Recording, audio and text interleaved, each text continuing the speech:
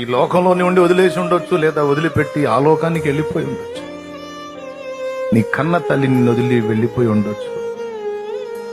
నా అనుకున్న నీ సంబంధులు నిన్ను ఒంటరిని చేసి వదిలేసి ఉండొచ్చు. ఒక మాట చెప్పని బాబు, అందరూ నీ విషయంలో తమ బాధ్యతను విస్మరించి వదిలిపెట్టి వెళ్ళిపోతే దేవుడు అట్టు వదిలేస్తాడు అనుకున్నావా? భూ సంబంధమైన తండ్రుల వంటి వాడు కాదు, భూ సంబంధమైన తల్లుల వంటి వాడు కాదు, అంతకంటే నేను ఎక్కువ అని చెప్పుకున్నవాడు ఆయన.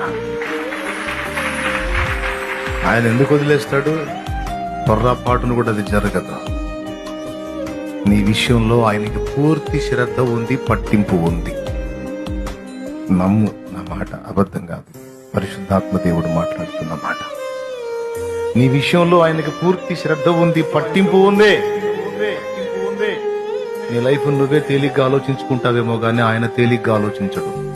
నీ జీవితానికి చాలా సీరియస్ గా ఆలోచిస్తాడు ఆయన.